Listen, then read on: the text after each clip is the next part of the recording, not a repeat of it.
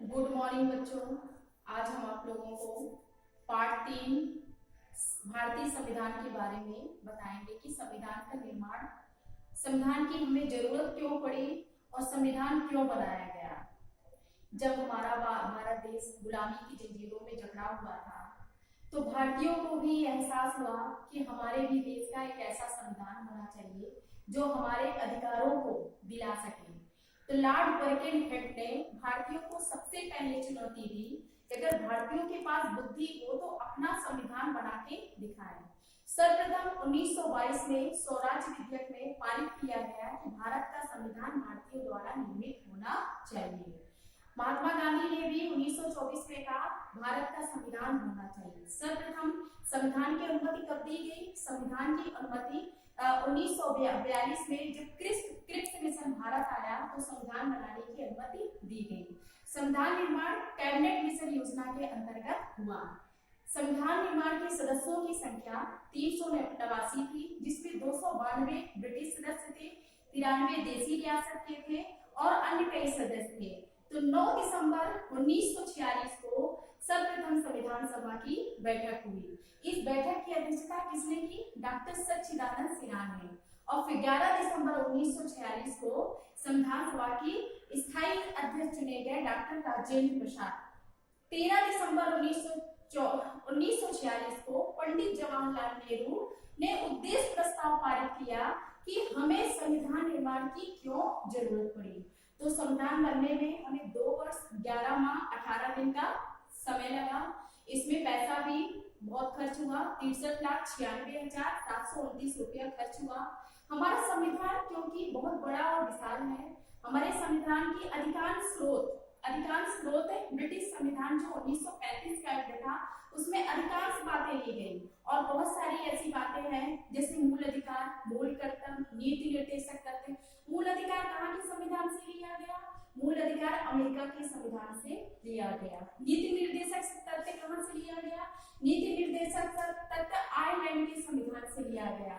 मूल कर्तव्य कहाँ से लिया गया? मूल कर्तव्य रूस के संविधान से लिया गया। तो हाँ, आज हम लोग आप लोगों को भारतीय संविधान का निर्माण कैसे हुआ मैंने बता दिया कि लॉर्ड बर्किनहेड की चुनौती के अनुसार भारतीयों ने इस चुनौती को स्वीकार किया और भारतीयों ने बहुत ही बुद्धिमानी पूर्वक बहुत अच्छे संविधान का निर्माण किया। हमारे जो संविधान की मूलभूत विशेषता है संसदात्मक शासन प्रणाली, यानी संसद को सर्वोच्च महत्व दिया जाता है।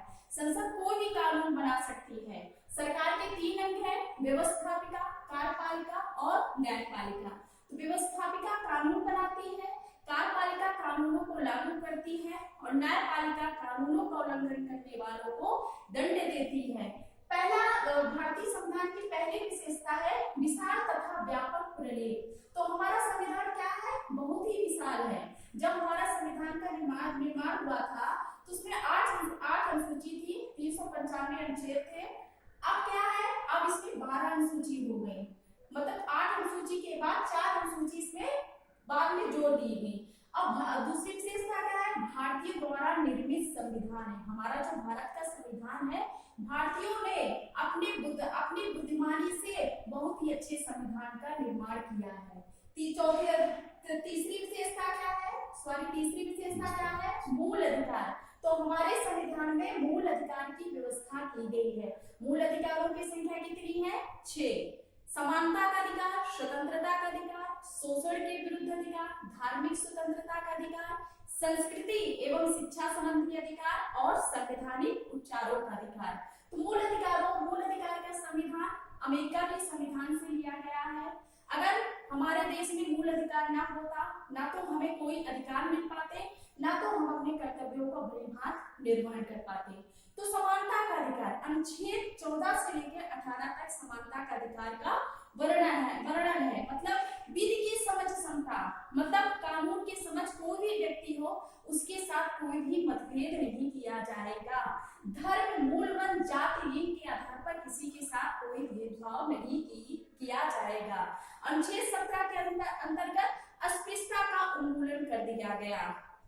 जब डॉक्टर भीमराव अंबेडकर हमारे संविधान के प्रारूप समिति के अध्यक्ष थे और उन्होंने संविधान बनाने में अपनी महत्वपूर्ण भूमिका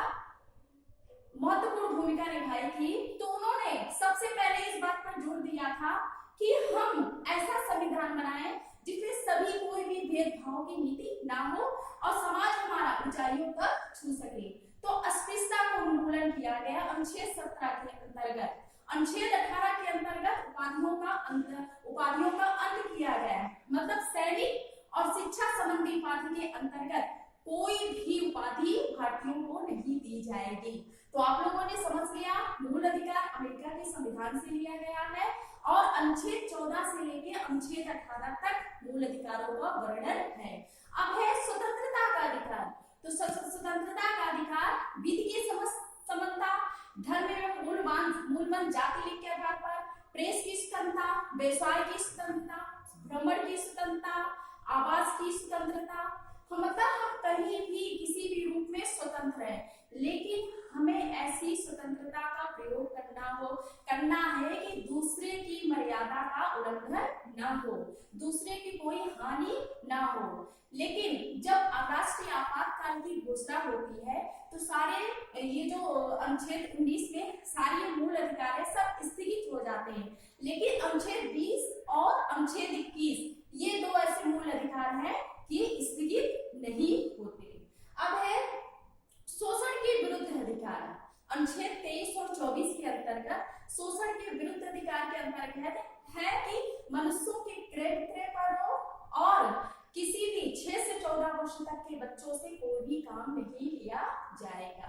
धार्मिक स्वतंत्रता का अधिकार अनुच्छेद 25 से 28 तक, क्योंकि हमारे संविधान में पंथ निरपेक्ष संविधान की व्यवस्था की गई है। किसकी व्यवस्था की गई है? पंथ निरपेक्ष संविधान की व्यवस्था की गई है। आप लोग इसका अर्थ जानते होंगे। चलिए नहीं जानते तो हम आप इसका अर्थ बता दे रहे हैं आप लोगों को।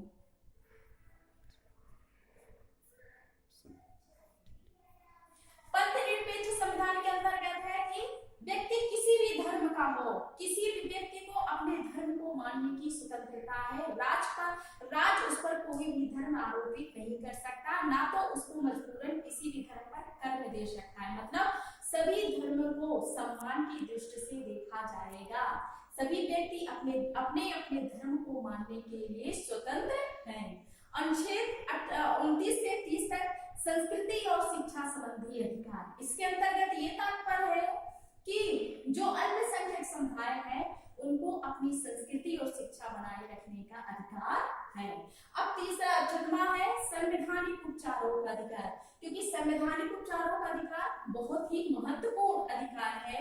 इसको डॉक्टर भीमराव अंबेडकर ने भारतीय संविधान की आत्मा कहा है। क्यों कहा है? क्योंकि इसके बिना तो भारतीय संविधान अधूरा है। इसके बंदी प्रत्यक्षीकरण, परमादेश, प्रतिषेध, अधिकार परीक्षा और उत्प्रेषण।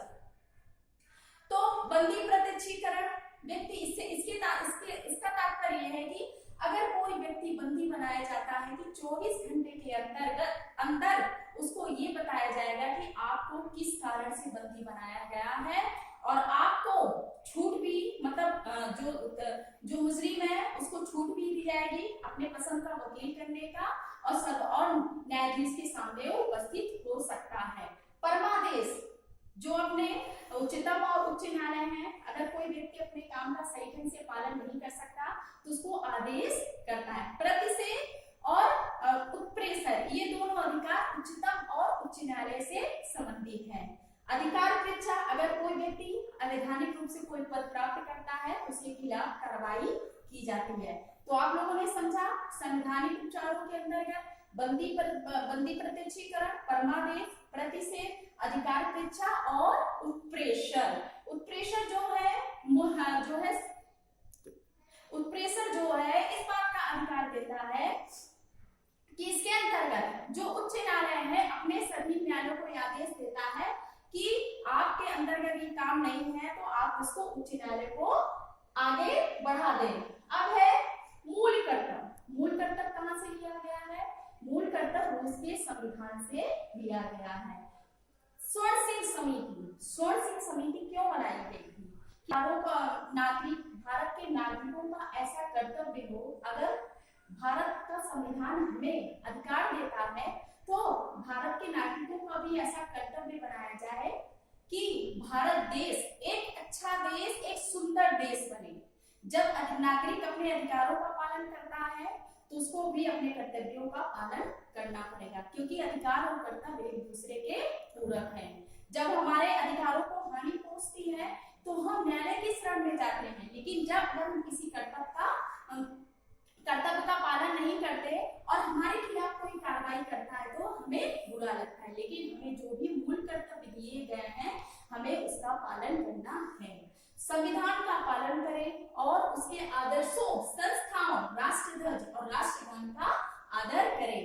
स्वतंत्रता के लिए प्रेरित करने वाले उच्च आदर्शों को हृदय में संजोए रखें और उनका पालन करें। भारत की प्रभुता, एकता और अखंडता की रक्षा करें। देश की रक्षा करें और आह्वान किए जाने पर राष्ट्र की सेवा करें। भारत के सभी लोगों में समरसता और समान भातृत्व की भावना का निर्माण करें।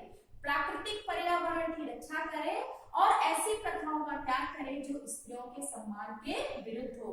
सार्वजनिक संपत्ति को सुरक्षित रखें और हिंसा से दूर रहे। ये आपका हुआ मूल कर्तव्य। अब है प्रबुद्ध संपन्न संविधान। हमारा संविधान क्या है? प्रबुद्ध संपन्न संविधान, यानी शक्तिशाली है। जैसा कि मैंने आप लोगों को स्टार्ट में बता दिया कि सरकार के 3 अंग है, व्यवस्थापिका, कार्यपालिका और न्यायपालिका। तो व्यवस्थापिका के अंतर्गत हम लोग संसद को लेते हैं। संसद के 3 अंग है, लोकसभा, राज्यसभा और राष्ट्रपति। कोई भी विधेयक जब पेश होता है तो लोग कोई भी कानून जब बनता है तो सबसे पहले लोकसभा में जाता है, फिर राज्यसभा में, और जब तक राष्ट्रपति उस पर सिग्नेचर नहीं कर दिया था तो वो विधेयक अधिनियम के रूप में नहीं बन पाता। तो हमारा संविधान क्या है? प्रबुद्ध संपन्न संविधान है। उसकी प्रबुद्ध संपन्न संविधान में उसकी शक्ति का कोई वो विरोध नहीं